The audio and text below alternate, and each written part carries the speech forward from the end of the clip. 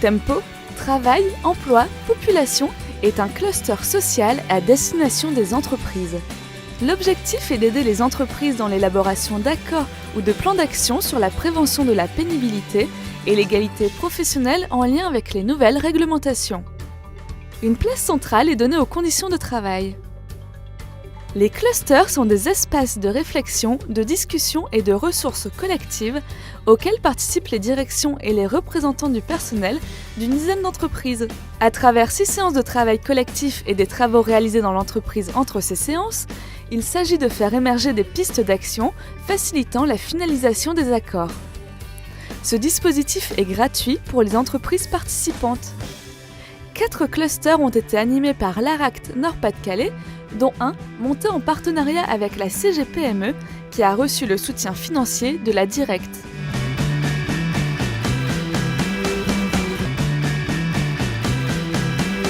La CGPME a pu apporter des connaissances en termes juridiques ainsi qu'un appui concret en termes de rédaction et de contenu des accords et plans d'action sur pénibilité, égalité professionnelle et les seniors.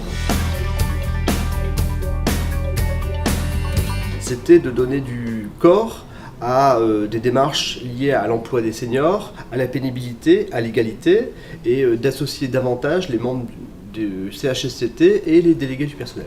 Et puis de s'enrichir de pratiques d'autres établissements, d'autres entreprises, de démarches, d'outils, de prendre du recul pour conforter, on va dire, notre réflexion et puis les actions que nous imaginons mettre en œuvre. On essaye de favoriser et d'évoluer et de suivre la législation sur les différents domaines. Moi, j'ai proposé aux délégués syndicaux de m'accompagner dans une démarche de ce cluster parce que j'anticipais l'évolution de la population de l'ILEP et notamment les problématiques qu'on allait rencontrer dans les mois et les années qui viennent.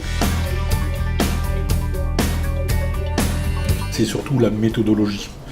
Puisque on est un peu toujours la tête dans le guidon, ça permet de participer à des clusters comme celui-ci, de s'ouvrir un petit peu à l'extérieur et de voir un peu les problématiques que nous pouvons rencontrer. On va être vite d'accord pour dire que l'outillage, notamment qui s'illustrait là par un tableur Excel, a été pour nous un point déterminant pour arriver à concrètement partager un recueil d'informations. Tout l'aspect diagnostic mais indicateur aussi pour mettre en place un plan d'action. C'est surtout un apport d'expertise et c'est surtout un bel entremetteur, on va dire, parce que c'était un bel échange d'expériences entre différentes structures.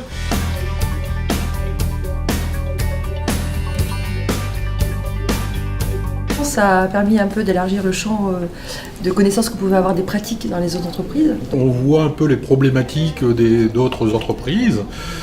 On en retire aussi des méthodes de travail, de réflexion. J'ai pu voir que mes difficultés étaient des difficultés concrètes aussi bien pour moi que pour les autres.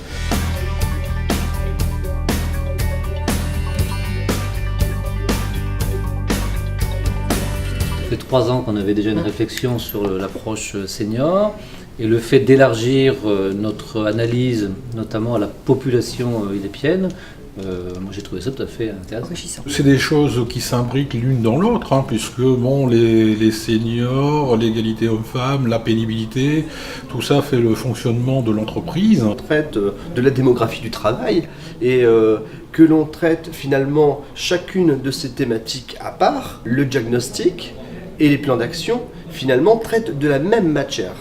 Donc autant travailler d'une manière transversale et d'avoir une approche globale de la démographie du travail plutôt que de la scinder.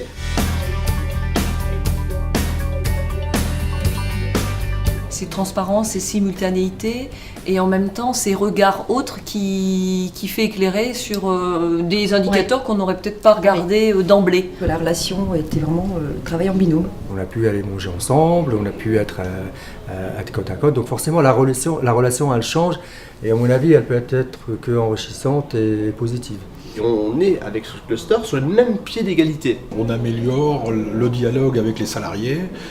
On a des remontées plus directes aussi, des attentes et des contraintes qui peuvent se présenter. Je crois que ça permettait de sortir d'une espèce de vision machiavélique où il y aurait, je sais pas, un patron méchant et des syndicats revendicatifs par nature, mais d'être dans une analyse de la situation la plus objectivée possible, tout en respectant nos rôles et nos fonctions. Hein. Ça nous a permis aussi de pouvoir parfois échanger, même sur des sujets auxquels nous n'étions pas d'accord. C'est une clé aussi de succès de démarrer ensemble pour que d'une démarche de binôme, on puisse ensuite aller à une démarche un peu plus globale, on va dire, d'entreprise.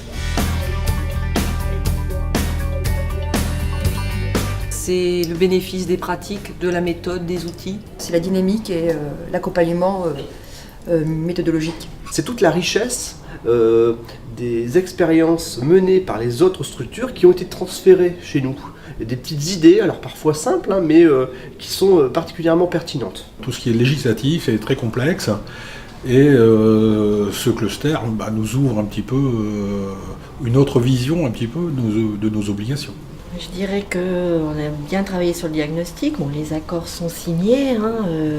On a beaucoup avancé sur la pénibilité. Je pense que maintenant, c'est tout le plan d'action qui est à mettre en place. Ils sont factuels puisqu'ils sont traduits par différentes démarches, donc des accords. Donc on a un accord égalité qui est effectif. Si l'accord n'est pas abouti aujourd'hui, on prend du temps et on essaiera d'aboutir une prochaine fois et avec l'objectif d'y arriver.